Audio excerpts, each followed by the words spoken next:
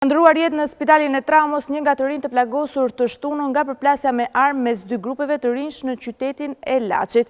Geri Bitri, rreth 24 vjeç, nuk arriti të mbijetoj plagëve të marra nga plumbat, pavarësisht përpjekjes së mjekëve. Angelina Gjeza, një tregtare ambulante e qërinjve për pelegrinët në kishën e Laçit, Amaril Dondoj, Liridon Ismaili dhe Daniel Gjeloshi, 27 vjeç, i identifikuar si një i arrestuar dhe si një prej autorëve të ngjarjes, po ashtu mbeten të plagosur në përplasjen me armë. Autori dyshuar i arrestuar, Klevis Ndreqa, 28 vjeç.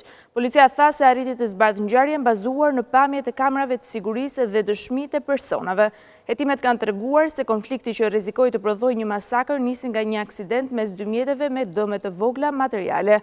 Dy të rinjt janë arrestuar, akuzohen për veprat penale si vrasja në rrethana të tjera cilësuese dhe mbajtja pa leje dhe prodhimi i armëve shpërsyese dhe i municionit.